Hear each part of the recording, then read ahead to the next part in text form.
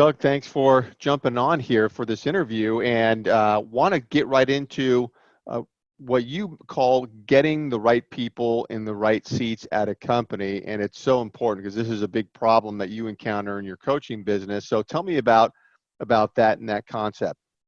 Right. So again, we've been talking a lot on my blogs and on YouTube about EOS or the Enterprise Operating System. This is one of the many things that we use in my consulting firm, Rocket Leaders, for small to middle market businesses. EOS was developed by Gino Wickman, his famous book Traction, and small to middle market businesses use this template, if you will, to run their businesses with accountability and discipline.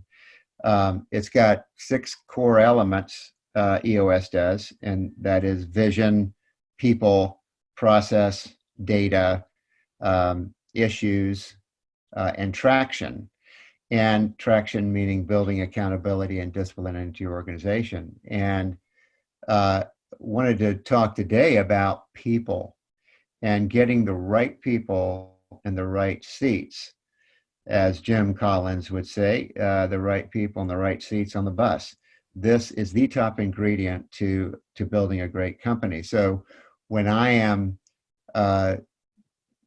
in strategic planning or planning days with my clients, this is a very important component of those planning days, and that's and in an EOS vernacular, when I'm using the EOS process, it's called an accountability chart.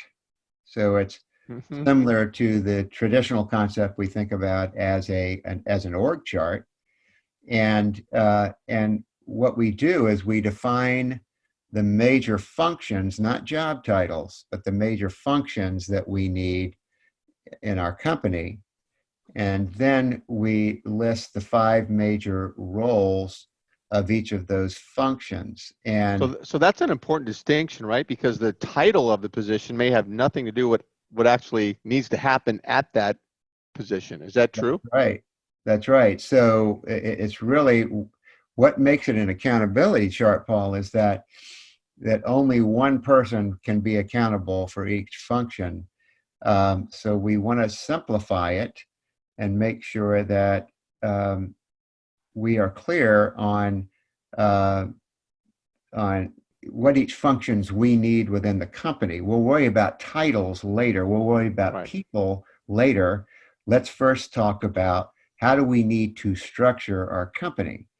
And then what are the major roles that function is accountable for?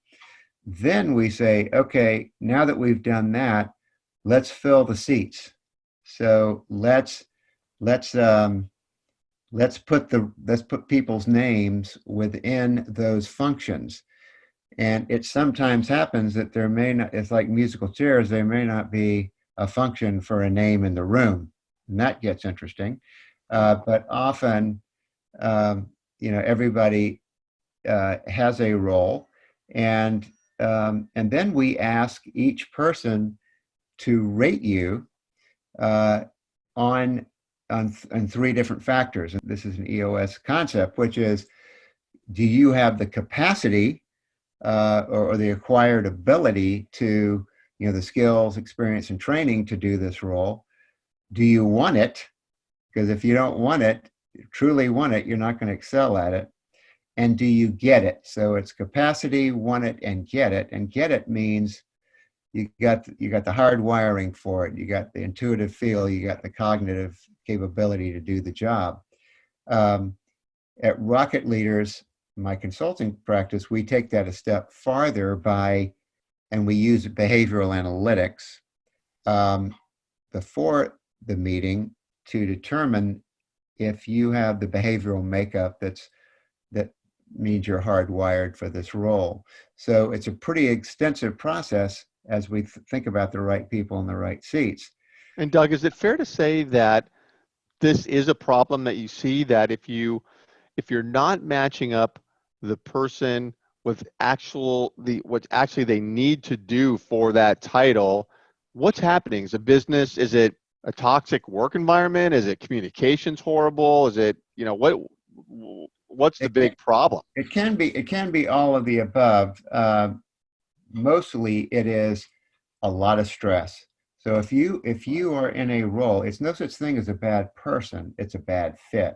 So if you're in a role, Paul, that you are not behaviorally well suited for, then you are not going to be, you're going to be highly stressed. You're not going Right, to, right. you're just going to be doing this role by brute force. Yeah, dragging the And company down. yeah, and you're not going to be, over time, you're not going to be as effective as you could be.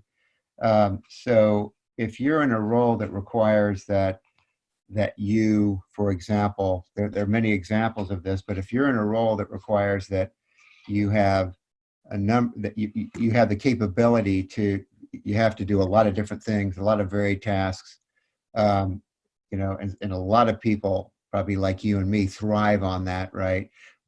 We don't want just one task that we're working on. We like to work on a number of tasks. Yeah, 30 or 40 at a But time. yet Yeah, your behavioral makeup is not like ours. It's more of an implementation makeup where right, you right. really like to work on something for hours at a time until it's completed.